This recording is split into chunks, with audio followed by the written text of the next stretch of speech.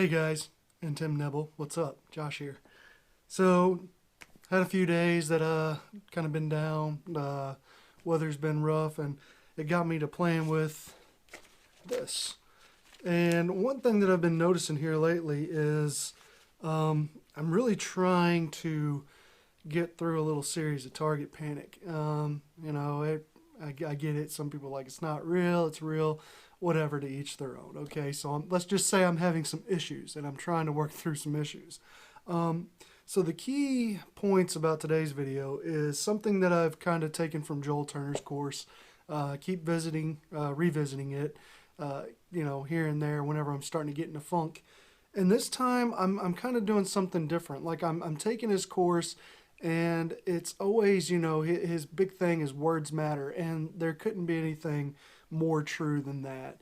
But what I'm starting to do, and something that I want to share with you guys, is I'm wanting to associate my physical movements with that word and really understand when I am and when I'm not in control of that part. So let's just say if I'm saying aim, I am physically seeing that movement as I'm saying aim, aim, aim, aim, to get that aim where I need it to be. So that's pretty much what the point of this video is today. When it is and when it isn't there and when to let go. So kind of going through it.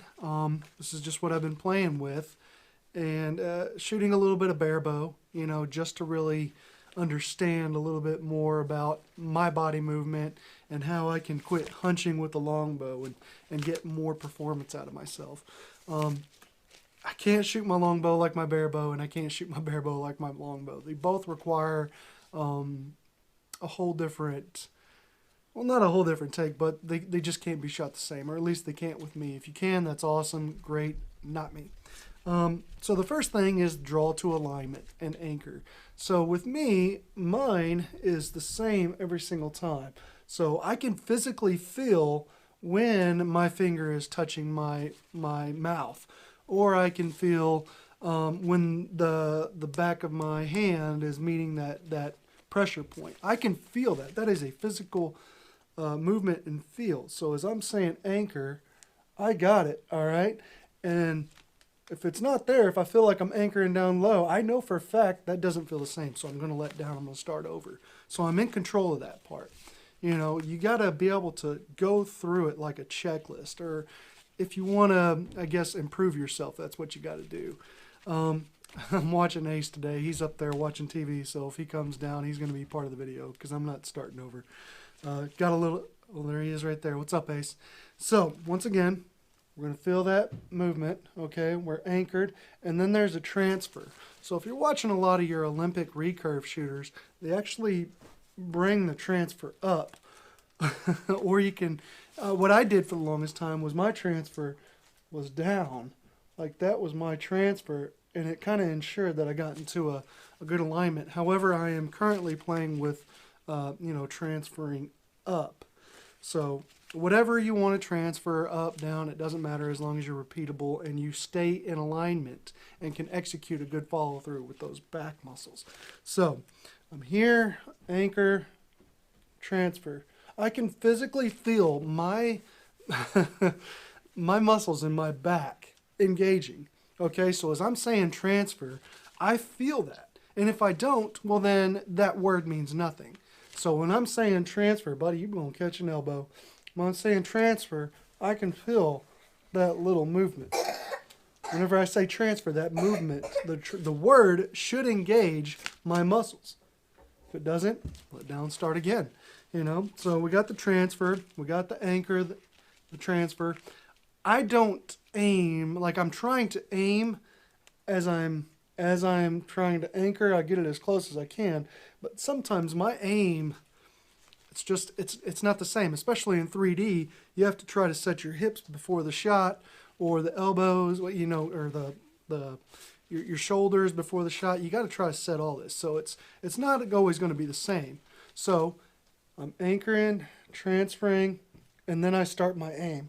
Now my aim, I am screaming in my head, aim, aim. Actually, I'm not screaming. I'm just saying aim, aim, aim. And it might be a little bit of a small incremental movement, and I'm getting more aggressive the longer it takes. So I'm saying aim, aim, aim, aim. I'm getting louder with my words to make it aim.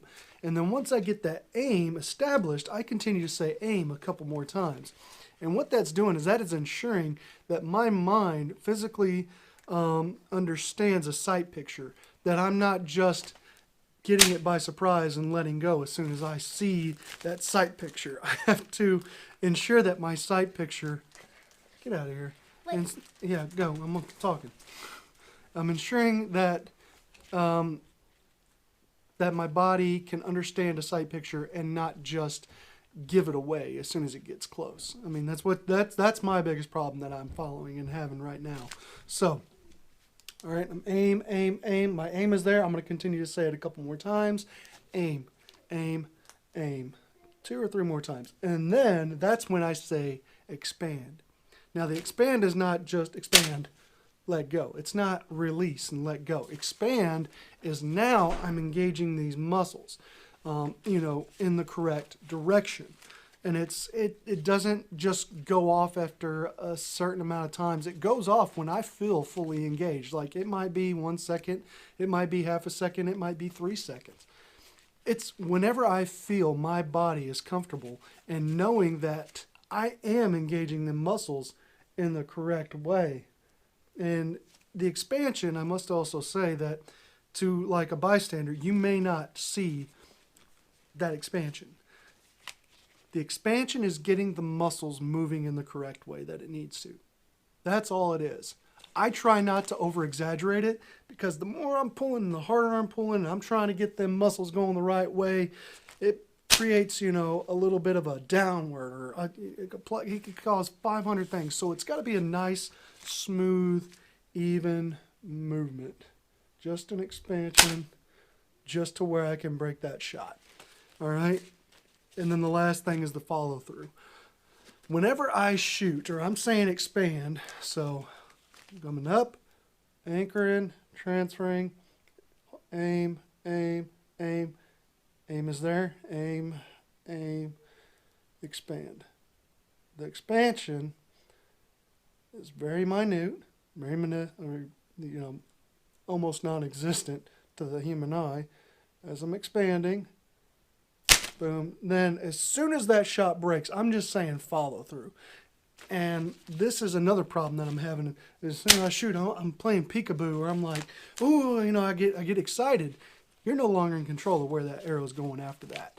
You're in control of everything to that point. Now, what you can control afterwards is your follow through. And that's what we're going to want to do, is hold a good, steady follow through. So this bow arm, when that shot breaks, that bow arm is nothing but a fork. So that shot breaks, that bow arm should be a statue. All right? So same thing. As I'm saying follow through, that's my bow arm is generally what it deals with. I know it sounds dumb, because whenever you think follow through, you're thinking everything is consistent back here, and it should be. And a lot of people, you should be thinking about that. But if my muscles are engaged in the correct way, as I'm pulling through that shot, this will be the same every single time. As soon as I let that go, that should be the same.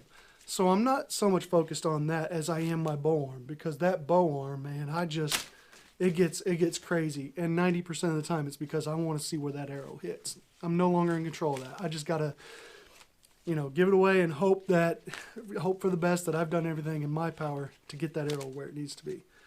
So just a little recap. We want to ensure that our physical movements, we feel that in association with those words. The moment that I start to give up on something, like if I'm going to my expand before my aim is done, it's gone. I've already let something else interrupt my process. You can't have that. And one of the big things that Joel teaches is, if you're in a big pressured situation, your voice has to be the loudest one in the room. But it's got to be saying what you've felt and associated with those muscles. So once again, we're going to we're going to draw, anchor, transfer, aim, aim, aim, aim, aim, expand. Follow through. So, anyways, hope that helps with somebody. It's something that I'm drilling, and you're only as good as you want to be. But here's the thing: when you practice, it's no secret. You practice like you shoot. So if you're going to be going to a high-pressured situation shot, you want to put as much pressure on yourself as you can. How do you do that? Ensure that you're doing it right every single time. You're not just going out there and having fun flinging arrows. That you say, I see people saying, I'm flinging arrows. Well, that's cool. I hope you are, because I'm not flinging arrows. I'm sending every arrow with a purpose. Whenever I get in that mindset, that's the mindset you got to have. In order for this to work, you've got to be in control. You've got to be stern, and you've got to give it everything you got.